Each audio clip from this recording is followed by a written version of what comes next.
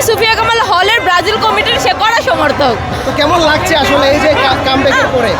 আমাদের খুব ভালো লাগতেছে, যদিও আশা আরও মানে এক্সপেকটেশন আরও বেশি ছিল যে আমরা আরও বেশি গোল করব বা গোল দেবো আর কি। তো সে জায়গা থেকে তারপরে ভালো খেলেছে ব্রাজিল। তো এর আগে দেখেছিলাম যে আমরা এই হাই থেকে 2বার 7 আপ দিয়েছিল, আজকে এরকম এক্সপেকটেশন ছিল কিনা আপনাদের? হ্যাঁ, আজকেও আমরা 7টা গোল দেওয়ারই আশা রাখছিলাম। তো যাই হোক, অফসাইডগুলো না হলে আমরা 7টা দিয়ে দিতাম।